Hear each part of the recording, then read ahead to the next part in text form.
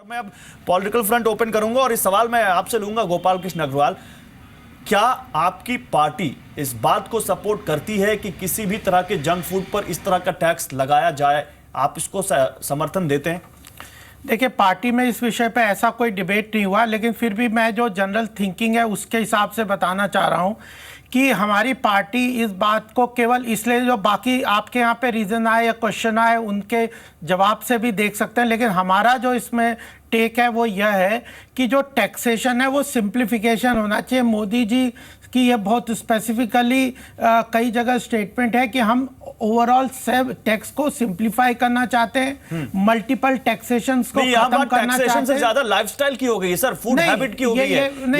यहाँ पर कोई भी, आप भी सरकार में हैं, आप राज्यों में भी सरकारों में हैं, क्या कोई भी सरकार को यह अधिकार है कि किसी की लाइफस्टाइल या फूड हैबिट को कंट्रोल करे, किसी की खाने पीने की चीजों को अधिकारों की बात करते हैं तो सरकार को टैक्स लगाने का अधिकार है, अधिकारों की बात नहीं है। बात यह है कि मॉरली या जस्टिफाइबली क्या सही है। आपको लगता है मॉरली जस्टिफाइड है? देखिए, बिल्कुल एक जो बात आपने कही कि इस तरह से कंट्रोल करने से हम समाज में कोई बहुत अच्छा मैसेज नहीं दे रहे, पहली बात। दूसरी बात, यह ज्यादा जो केरला का ये लग रहा है, ऑलरेडी इतने टैक्स है फिर ये लगा रहे हैं, या केवल लोगों की डाइट को कंट्रोल करना या उनके लिए बात नहीं है, यह कहीं ना कहीं अपने टैक्स रेवेन्यू को बढ़ाने का ये एक जरिया उन्होंने बना लिया। ऐसे तो आप इनको टैक्स को किसी भी चीज में करेंगे। तो मेरा ये कहना है, आपने एक बात कही कि पार्टी में इसको लेकर बात नहीं हुई है। हाँ। आपको मैं बता दूं, जब अभी इस साल का यूनियन बजट आ रहा था उससे पहले ये पुख्ता खबर थी कि सरकार इस बार sin tax, health tax, sugar tax introduce कर सकती है, या लग्जरी टैक्स। और जीएसटी पे जो कमेटी है जिसने रेट्स को रिकमेंडेशन की है,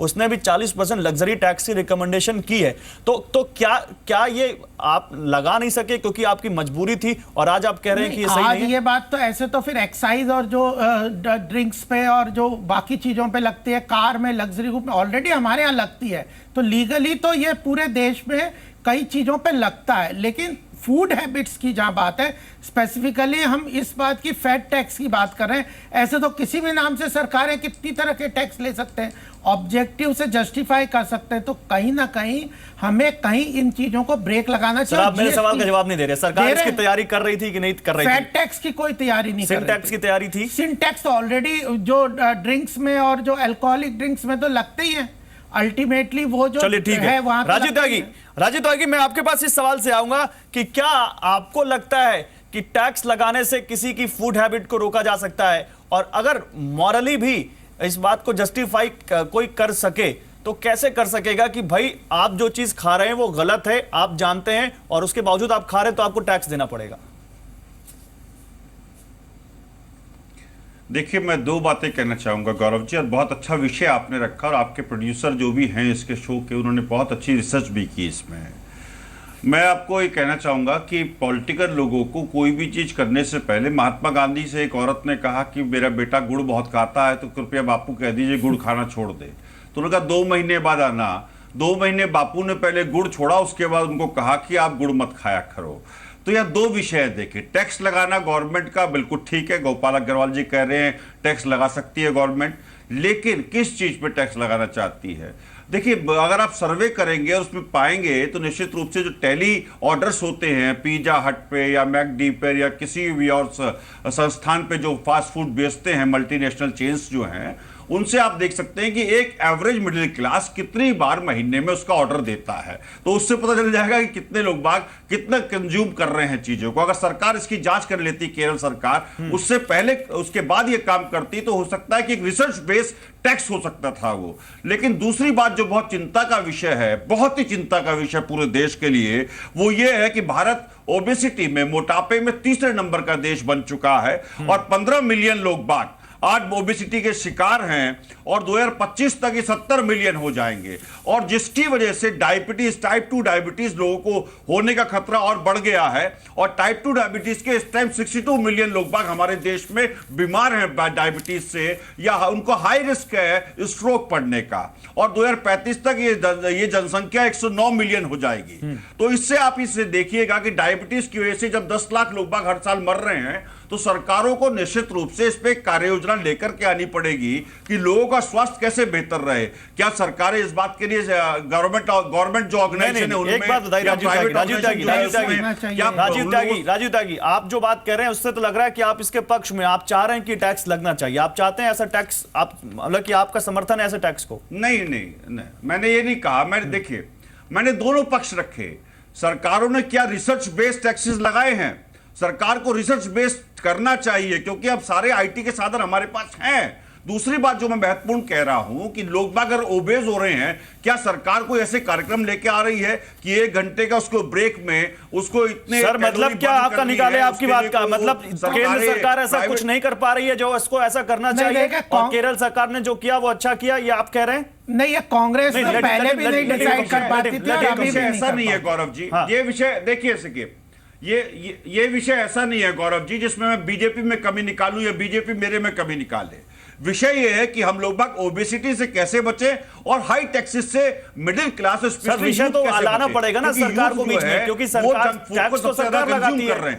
सर टैक्स तो सरकार लगाती है और आप भी सरकारों में, कुछ राज्यों में, केंद्र में आप भी रहे हैं, केंद्र में आप भी रहे हैं, और ये भी है इस वक्त, और ये भी है। तो हमारी सरकार, अगर इस देश में किसी राज्य की सरकार ने कोई टैक्स लगाया हो तो कई जवाबदेही तो बनती न सर। आप भी कुछ दूसरे राज्यों में सरकारों में, क्या आप अपने राज्य में इस तरह का टैक्स लगाएंगे कि नहीं लगाएंगे?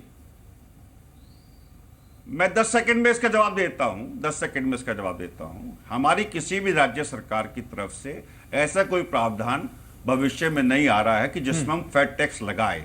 और बहुत स्पष्ट कहूं, मेरे मित्र ने कहा कि मोदी सरकार बहुत कृत संकल्प है मल्टी लेवल टैक्सेस को कम करने के लिए। अब सर्विस टैक्स का उदाहरण देखिए, 14% तो हम एक देते हैं, 0.5% हम देते हैं स्वच्छता का, 0.5% हम कृषि सेस देते हैं।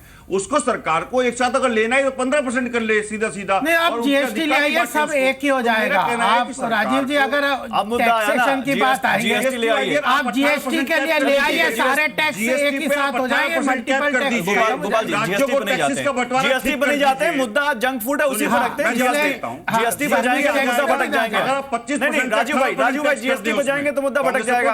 कांग्रेस की बेबी है थॉमस इसाक जो कि फाइनेंस मिनिस्टर हैं केरला के, उन्होंने तो आपकी लाइन को अपोज करते हुए कहा है कि कांग्रेस जीएसटी पर जो कह रही है उसको कहीं से एक्सेप्ट नहीं किया जा सकता, लेकिन जीएसटी पर नहीं जाते हैं। हम आज जंक फूड की बात करते हैं और एक इंडस्ट्री के एक और दिग्गज मेरे साथ हैं, जीएस रावत है, सेक्रेटरी जनरल एसोचैम। उनसे पूछ लेता हूं मैं। राजीव भाई मैं आ रहा हूं आपके पास, राजीव त्यागी मैं आता हूं आपके पास। मिस्टर रावत, मेरा आपसे सवाल है सर, क्योंकि आप चीजों को अच्छे तरीके से समझते हैं। एसोचैम का एक मेरे पास रिसर्च भी है जो कि कह रहा है कि अगले 5 सालों में जो ये QSR मार्केट है, क्विक सर्विस रेस्टोरेंट का, ये 25,000 करोड़ हो जाएगा बढ़ के, जो फिलहाल अभी 8,500 करोड़ के आसपास यहां पर दिखता है। मेरा सवाल है सर कि इस फैसले को आप कैसे देखते हैं, और क्या आपको लगता है कि इस फैसले से जंक फूड की बिक्री में कमी आएगी, या जो QSR का रिसर्च आपने दिया है, ये इसका जो आपका जो टारगेट दिखता है वो कम हो जाएगा? देखिए, हर राज्य सरकार ने अपने वोटर्स से जो है वो कमिट करा हुआ है कि हमारे को डेवलपमेंट कराएंगे, और डेवलपमेंट के लिए सरकारों को पैसा चाहिए। तो मैं समझता हूँ कि जो जंक फूड की बात अगर उन्होंने करी है और 15% लगाया है, तो हालांकि एक ही बार में 15% लगा दिया है, ये थोड़ा ज़्यादा है, लेकिन इसमें कोई बुराई नहीं है, क्योंकि इससे जो है वो राज्य सरकार को आमदनी होगी, और जो लोग इस प्रकार से पैसे को खर्चते हैं, मैं समझता हूँ कि उनकी क्षमता है कि वो 15% अतिरिक्त दे सके। सपोज फॉर एग्जांपल के लिए मतलब सर गरीब को पिज्जा खाने का हक नहीं है, प्रकार की चीजें हैं। आपकी बात का मतलब तो ये है कि गरीब को पिज्जा खाने का हक नहीं है। मैं तो यहाँ तक भी इसका पक्षधर हूँ कि जो लोग जंक फूड को ओपन अवस्था में बांटते हैं, बेचते हैं सड़कों के ऊपर, उनके ऊपर चालान या उनके ऊपर हैवी टैक्स लगना चाहिए, कि जिससे लोगों को बीमार होने से बचाया जा सके।